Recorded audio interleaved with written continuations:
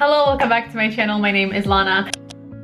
I'm very casual today. As you can see, I bought books and I'm going to tell you about them.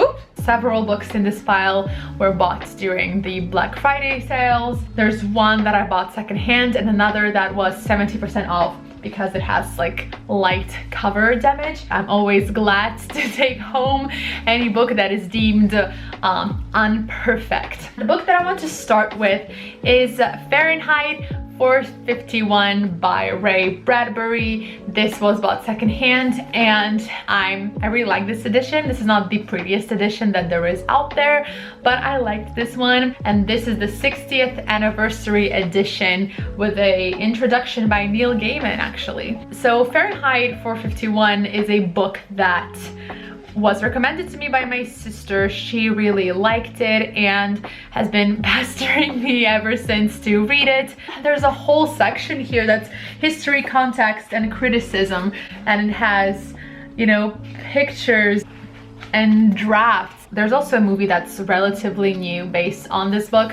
I think it's just called Fahrenheit, and it has Michael B. Jordan, and I really want to watch it. So this is a modern classic novel, a dystopian novel that was written in the 50s, and it's set in a world where reading is illegal and firemen exist not to stop fires but to rid the world of books. And we follow a young man called Guy Montag, and he works as a fireman, so his job is to burn books. And one night he meets a young woman who makes him question his actions and eventually start rebelling against this society. It's a pretty short book. I think it's around 150 pages, and I do want to get to it soon-ish.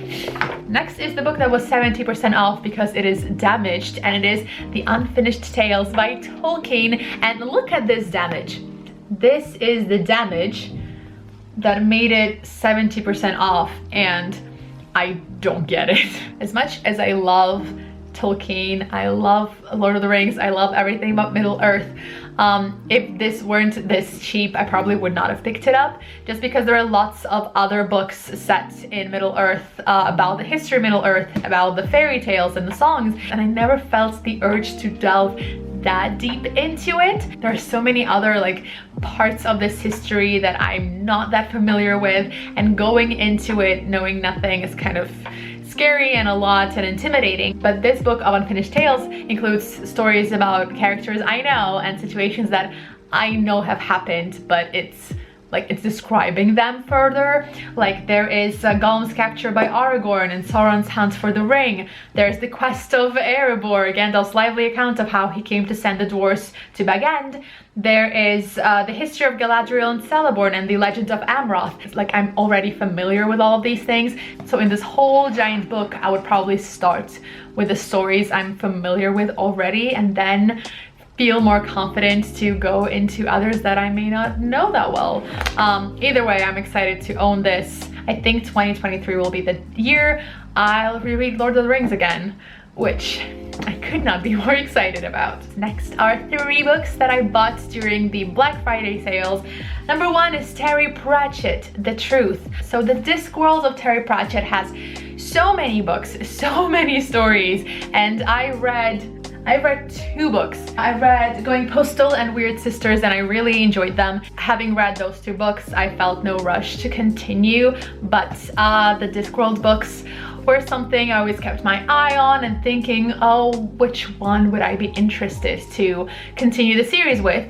And there were several ones that I was considering, but I ended up choosing The Truth. And this is about William de Ward, who is the accidental editor of the Discworld's first newspaper. Now he must face all the problems of journalism when lies get ahead of the truth, when people want him dead, and there's this weird man who keeps begging him to publish pictures of his humorously shaped potatoes. As with the other Terry Pratchett books that I've read, I'm sure this will be absolutely hilarious. One thing that always surprises me about Terry Pratchett, I think because of the covers and the tone, it seems more of a, not a middle grade, but not as adult as it is. The humor is very adult. I love the way he makes you really question the way our world works.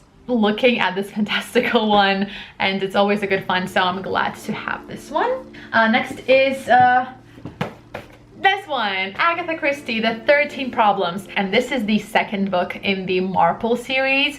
I learned from Leanne from Literally Diversions that you should read the Marple books in order, so that's what I'm trying to do. I've read The Murder at the Vicarage. I think that was the first book I read this year, so maybe I should read this one in January and make it the first book of 2023 and make it a new tradition. Should I do that? Anyway, I don't actually know much about what this is about. It says, one Tuesday evening, a group gathers at Miss Marple's house and the conversation turns to unsolved crimes. As each of her guests is mystified by the sinister tales they tell one another, the company is inclined to forget their elderly host. But there is a ruthless precision in Miss Marple's pursuit of the killers in each tale, and a few surprises in store for the Tuesday night club. I'm pretty sure that I heard someone say that this one was their favorite Marple book, but I don't remember who that was, and maybe I imagined that, but I have very good expectations for this one. I really liked The Murder at the Vicarage, so excited for more Marple. Next we have The Stranger Diaries by Ellie Griffiths. You may remember this one from the video where I asked you to help me pick books to read in October, spooky books to read in October.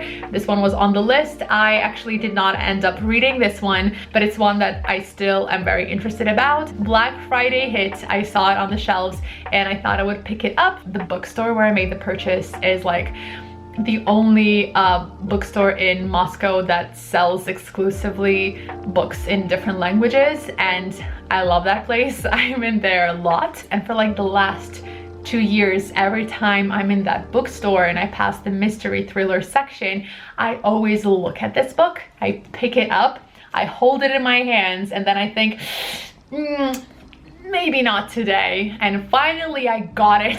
So I'm very excited about that. So this follows a high school English teacher. At the beginning of the story, her friend and colleague turns up dead, and next to their body there is a line from a gothic writer that the main character is an expert on, and it seems like the way the body is positioned and the murder was done, it's like parallels a murder scene in one of this writer's stories. So we follow our main character and the detective of this murder investigation as they try to solve this murder, but I'm pretty sure there's also like a subplot or maybe like an added mystery of this Victorian Gothic writer and how he's connected to these murders and our main character. And from what I remember, it's called The Stranger Diaries because the main character keeps a diary. She feels like she can't trust anyone, so she writes all of her theories and everything that happened to her in that diary, and one day she finds that someone is writing back. So there is a stranger in her diary. The last book that I picked up is this one, and let me find it in English. It was originally published in French, but the English title is Can the Monster Speak? Reports to an Academy of Psychoanalysts. And it's written by Paul Preciado. So Paul P. Preciado is a professor of political history of the body, gender theory, and has become one of the leading thinkers in the study of gender and sexuality. And in 2019, he was invited to speak in Paris in front of 3,500 psychoanalysts at the École de la Cause Freudienne annual conference.